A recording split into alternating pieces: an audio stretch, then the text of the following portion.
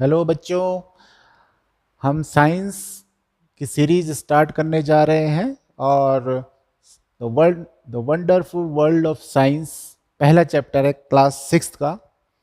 तो एक एक करके हम चैप्टर कवर करते चले जाएंगे और उसके लिए हम फॉलो कर रहे हैं एनसीईआरटी का सिलेबस, जिसका पहला चैप्टर है the wonderful world of science.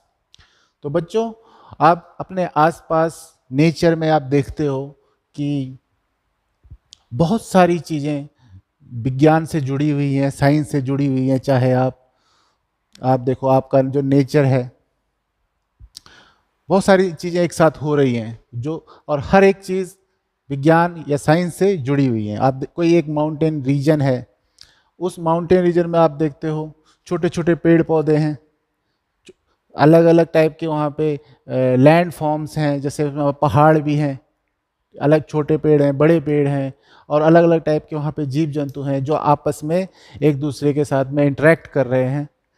ठीक है, तो इसमें हम आप ये भी देखते हो कि अलग अलग लैंड फॉर्म्स में, जैसे आप देखते हो जैसे रेगिस्तान है, ठीक है, समुद्र के पास में जो बीच या कोस्टल एरिया होता है, जो जस्ट जहाँ पे समुद्र धरती से मिलता है, लैंड मास से मिलता है, ठीक है, that is called coastal region. Coastal region होता है वो। और इसी तरह से वहाँ पे जो जीवन है वो अलग तरह का है, और जो पहाड़ों पे जो जीवन है, जो जो माउंटेन पे जो लाइफ फॉर्म है वो थोड़ा अलग होती है, और वहाँ पे जो रहने वाले जीव जंतु हैं अलग अलग तरीके से वहाँ पे अपना अडाप्टेशन करते हैं, अपने इन्वायरमेंट या आसपास के पर्यावरण इन्वायरमेंट के अनुसार अपने आप को ढालने की कोशिश करते हैं। आप देखते हो समुद्र के अंदर भी एक बिल्कुल अलग तरह का एक इकोसिस्टम है, एक जीवन है जो कि एक साथ चल रहा होता है। और चाहे आप देखो गैलेक्सी में आप देखोगे, जो अगर आप टेलीस्कोप से अगर आप देखें तो आप देखोगे और पाओगे कि बहुत सारा अलग अलग आपके सेलेस्टियल बॉडीज जिन्हें कहते हैं हम, या हम इन्हें कहते हैं जो आकाशीय पिंड जो होते हैं। अब उनमें आप पढ़ोगे, इस जर्नी में आप पढ़ोगे कि कुछ ग्रह होते हैं, प्लैनेट्स जिन्हें हम कहते हैं, कुछ सैटेलाइट्स होते हैं, कुछ स्टार्स होते हैं, छोटे स्टार्स, बड़े स्टार्स। तो इसी तरह से हम धीरे धीरे एक एक करके चीज़ों को छूते चले जाएंगे। तो विज्ञान हर एक जो भी आप चीज़ आप देख रहे हो अपने आसपास, छोटी से लेकर बड़ी तक, उसमें विज्ञान है। किस तरह से एक पौधा, एक बीज से पौधा बनता है, और पौधे से बहुत विशाल का पेड़ बनता है, वो फल देता है, और अलग अलग प्रकार के आप उनसे जो फसल उगाई जाती है उनसे आप खाना बना पाते हो। और खाना किस तरह से आपके शरीर में डाइजेशन, प्रॉपर डाइजेशन होता है, और किस तरह से आप धीरे धीरे करके छोटे बच्चे से बड़े बड़े होते चले जाते हो। आपका आपका आपका दिमाग धीरे धीरे विकसित होता चला जाता है, आपके शरीर धीरे धीरे विकसित होता है। तो ये हम विज्ञान में पढ़ते हैं। तो आप देखोगे कि किस तरह से, आप ये भी देखोगे कि किस तरह से वाटर का साइकिल हमारे धरती में होता है। कितना सुंदर तरीके से एक चक्र है, एक साइकिल है, जो कि पानी जो है, जो विशाल का समुद्र जो है, ओशन है, there are large ocean bodies, rivers, lakes, है ना। उनमें से जब उन पे गर्मी से जब वो उनका वाष्पीकरण होता है, जब उनका इवेपोरेशन होता है, और वो पानी धीरे धीरे करके भाप में परिवर्तित होता है, और वो भाप धीरे धीरे करके ऊपर उठते हुए ठंडी होती चली जाती है, और जब वो इतनी हाइट तक चली जाती है और पर्याप्त रूप से ठंडी हो जाती है, तो उनमें वो जो भाप होती है बेटा, वो कंडेंस होती चली जाती है, और कंडेंस होकर छोटे छोटे ड्रॉपलेट्स में कन्वर्ट हो जाती है, और वो छोटे छोटे ड्रॉपलेट्स आपस में मिल करके हम उन्हें क्लाउड्स के रूप में हम देखते हैं। तो ये क्लाउड्स बना देते हैं, और क्लाउड्स का जब भार इतना ज़्यादा हो जाता है कि वो सस्टेन नहीं कर पाता है उस ऊंचाई पर, तो वो हमें वर्षा के रूप में दिखता है। तो इस तरह से बेटा पानी का साइकिल होता है। ऐसे ही हर एक चीज़ जो है हमारी प्रकृति में हम देखेंगे कि हर एक चीज़ का एक साइकिल होता है। तो हम रात को, हम चाहे अब देखते हैं, जब आप पहाड़ों में जाओगे तो रात को आप अगर रात को आप देखो उनको आसमान में, तो आपको छोटे छोटे टिमटिमाते हुए तारे दिखते हैं। तारे क्यों टिमटिमाते हैं? उनका भी एक एक विज्ञान है बेटा। हम पढ़ेंगे कि किस तरह से परावर्तन, रिफ्रैक्शन और रिफ्लेक्शन के थ्रू ये चीज़ें होती हैं। तो ये बहुत सारी बहुत इंटरेस्टिंग चीज़ों से जुड़ी हुई विज्ञान हमारे आसपास। अगर हम विज्ञान को बिल्कुल इस तरह से देखेंगे कि जो चीज़ें क्यों हो रही हैं हमारे, उनका क्या क्या उनका रीज़न क्या है और उनके पीछे क्या चीज़ छुपी हुई है, तो आप पाओगे कि ये एक ऐसा सब्जेक्ट है जिसको कि आप बिल्कुल भी बोरिंग नहीं पाओगे। ये बहुत बहुत इंटरेस्टिंग आपको लगेगा, चाहे वो छोटा बच्चा हो चाहे वो बड़ा हो। उसका धीरे धीरे अगर आप बेस, आपका एक साउंड बेस अगर आपका क्लियर होगा, एक बहुत अच्छा से फाउंडेशन अगर आप इस तरह से बनाओगे, तो आप बहुत अच्छा विज्ञान में कर पाओगे। तो जैसे आप देखोगे कि अब यहाँ पे चित्र में आप देखो कि किस तरह से एक पेन जैसे हमारे होते हैं, तो पेन में किस तरह से इंक भरी होती है और इंक किस तरह से हम उससे आराम से लिख पाते हैं। ये देखने में अभी तो बहुत एक सिंपल सी चीज़ लग रही है कि पेन में इंक है और उसको हम लिख पा रहे हैं, लेकिन ये बहुत जब तक पेन नहीं था तब तक ये बहुत एक जटिल परेशानी, या कहते हैं कि एक प्रॉब्लम थी, एक चैलेंज था कि किस तरह से हम एक ऐसी रिफिल काइंड ऑफ चीज़ हम बना पाएँ जिससे हम लगातार लिख सकें। चाहे आप देखते हो, आप आसपास आपके घरों में बल्ब है, कि वो बल्ब किस तरह से आपको लाइट दे पा रहा है। ये जब तक इनका आविष्कार नहीं हुआ था तब तक ये सोचना भी बहुत मुश्किल था कि वो दिए में तेल भर के और दिया बाती जलाते थे।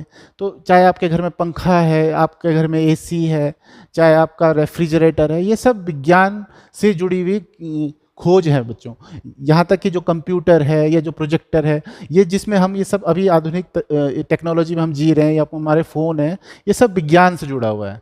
तो इस चीज़ को आप देखो कि ये सब विज्ञान से कहीं ना कहीं जुड़ा हुआ है। और हम इस तरह से तो विज्ञान में हमारे कुछ स्टेप्स होते हैं बेटा। देखो जैसे यहाँ पे अगर आप ये देखोगे तो ये कुछ स्टेप्स हैं। तो पहला स्टेप होता है कि हम किसी भी चीज़ को पहले ऑब्जर्व करते हैं। Observe first we observe something. जैसे कोई भी घटना हमारे आसपास हो रही है, जैसे न्यूटन एक साइंटिस्ट थे जो पेड़ के नीचे बैठे हुए थे, तो उन्होंने देखा कि एप्पल उनके सामने पेड़ से नीचे गिरा। तो अब ऐसे तो बहुत सारी घटनाएं ऐसे रोज होती हैं, बहुत सारी चीज़ें हमारे सामने से गिरती हैं, लेकिन उन्होंने ऑब्जर्व किया। तो हम पहले ऑब्जर्व करते हैं, जैसे तारे टिमटिमा रहे हैं, तो हम ऑब्जर्व करते हैं कि ये कोई घटना हुई है। तो पहला स्टेप वैज्ञानिक परीक्षण का ये होता है कि हम किसी चीज़ को ऑब्जर्व करते हैं। देन उसके बाद हमारे दिमाग में क्वेश्चन आते हैं। तो क्वेश्चन आपके दिमाग में आना चाहिए कि ये चीज़ ऐसा ही क्यों हुआ। कि अगर हमने कोई गेंद ऊपर फेंकी, तो आपने कभी सोचा है कि जब हम किसी भी चीज़ को ऊपर फेंकते हैं, वो चीज़ कुछ देर बाद वापस ही आती है, क्यों नहीं वो चीज़ आसमान में उड़ती ही चली जाती है। या फिर जैसे आप भागते हो, तो कई बार अगर जो सरफेस है जहाँ पे आप भाग रहे हो, अगर वो स्लिपरी है तो आप फिसल जाते हो, और कई बार आप आराम से भाग लेते हो, और कई बार आप कई सतह होती हैं जहाँ पे आप भागना बहुत मुश्किल होता है, क्यों, पहाड़ में चढ़ते हुए आपको थकान ज़्यादा लगती है। तो ये आप क्वेश्चंस आपके दिमाग में आने चाहिए। तो सेकंड स्टेप होता है, पहला स्टेप होता है ऑब्जर्व करते हैं हम, हमारे सेकंड स्टेप होता है हमारे दिमाग में कुछ क्वेश्चंस आते हैं। तो हमारे दिमाग में we think about all the possible type of questions. सारे क्वेश्चंस के बारे में हम लिखते हैं कि अच्छा, कि ये ऐसा क्यों हो रहा है, ये ऐसा क्यों हो रहा है, कोई चीज़ गिरी तो ये गिरी क्यों। तो ये क्वेश्चन जब आ जाता है, तो उसके बाद हम कुछ एक्सपेरिमेंट करते हैं बच्चों।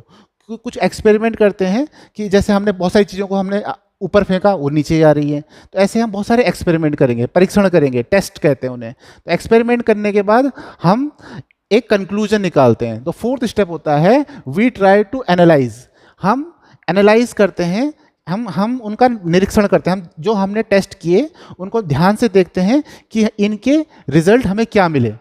तो अगर हमारे जैसे हमने हमने बहुत सारी चीज़ें ऊपर फेंकी, सारी चीज़ें नीचे आ रही हैं, तो इसका मतलब हमने इस तथ्य पे, हम इस निष्कर्ष पे हम पहुंच गए, हमारे इस रिजल्ट पे हम पहुंच गए कि कुछ तो इस धरती में कुछ तो ऐसा बल है, ऐसा फोर्स है जो हर एक चीज को नीचे ही अपनी तरफ को खींच रहा है, अपनी तरफ को कोई चीज खींच रही है।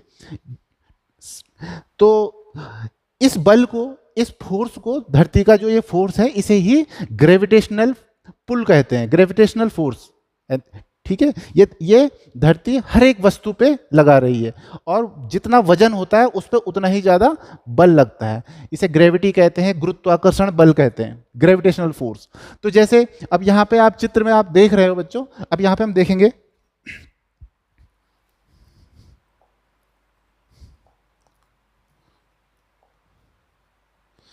कि ये अगर इसको आप देखो तो यहाँ पे आप जैसे मम्मा ने जो गैस है, स्टोव है, उसमें अगर प्रेशर कुकर में दाल जब चढ़ाएं और उसमें जब बंद करके हम जब सीटी उसको हम गर्म करते हैं, तो वो कुछ देर बाद उसमें से भाप निकलती है, बहुत तेजी से भाप निकलती है, और कई बार उसमें से दाल बाहर आ जाती है। अगर उसको ज़्यादा भर दो तो उससे बाहर आ जाएगी। क्यों? क्योंकि उसके अंदर प्रेशर बहुत ज़्यादा हो जाता है, और जो पानी जो उसके अंदर होता है वो भाप बन के बहुत तेजी से बाहर निकलता है। इसी तरह से जैसे आप साइकिल चला रहे हो, साइकिल हम लोग चलाते हैं, तो साइकिल में जैसे चलते चलते कई बार उसका टायर की हवा निकल जाती है। तो पहली चीज हमने ऑब्जर्व करा, जब हमने साइकिल चलाया और एक टायर अगर पिचक गया, तो हमारा ऑब्जर्वेशन, अब यहाँ पे हम चारों रूल लगाते हैं एक एक करके। तो पहले हम ऑब्जर्व करते हैं कि साइकिल में हवा नहीं है, एक टायर आपका पिचक गया है। तो फिर हम उसके बारे में हम क्वेश्चंस ढूंढते हैं, अपने दिमाग में हमारे क्वेश्चन आते हैं। तो क्वेश्चन क्या क्या आ सकते हैं? जैसे पहला क्वेश्चन हो सकता है कि इसके टायर की हवा निकल गई होगी। दूसरा क्वेश्चन ये हो सकता है कोई कील चुभ गई होगी जिससे वो टायर पंक्चर हो गया होगा। तो हम क्या करते हैं, उस ट्यूब को साइकिल वाले के पास ले जाते हैं, और वो उसको खोल करके चेक करता है। पहले उसमें हवा भरेगा, देखता है कि क्या इसमें हवा लीक तो नहीं है, तो उसमें हवा भर के उसको चेक करता है। तो ये है हमारे क्वेश्चन के बाद हमारे परीक्षण क्या होता है? जो टेस्ट जो होते हैं, जैसे हम उसमें हवा भर करके उसको पानी में डुबो के देखेंगे कि एयर बबल तो नहीं निकल रहा है। अगर एयर बबल नहीं निकल रहा है, इसका मतलब उसमें हवा नहीं थी, और एयर बबल अगर निकल रहा है तो उसमें पंक्चर था। तो ये हमारे टेस्ट हुए, और टेस्ट के बाद अगर उसमें ये कोई भी चीज़ें पाई जाती हैं, तो इससे हम निष्कर्ष निकालते हैं, इससे हम कंक्लूजन निकालते हैं कि हाँ, हमने जो सोचा था वो सही सोचा था, या हमारी सोच से कुछ और बात थी, या कुछ और ही रीजन था। ठीक है, तो आई होप ये चीजें आपको क्लियर हुई होंगी बच्चों। तो इस तरह से विज्ञान के 4 स्टेप्स होते हैं, 4 स्टेप्स में हम सारे वैज्ञानिक परीक्षण करते हैं। तो ऐसे ही बहुत सारी चीजें हैं जो आपके आसपास विज्ञान से जुड़ी हुई हैं, और जिनको हम पढ़ेंगे।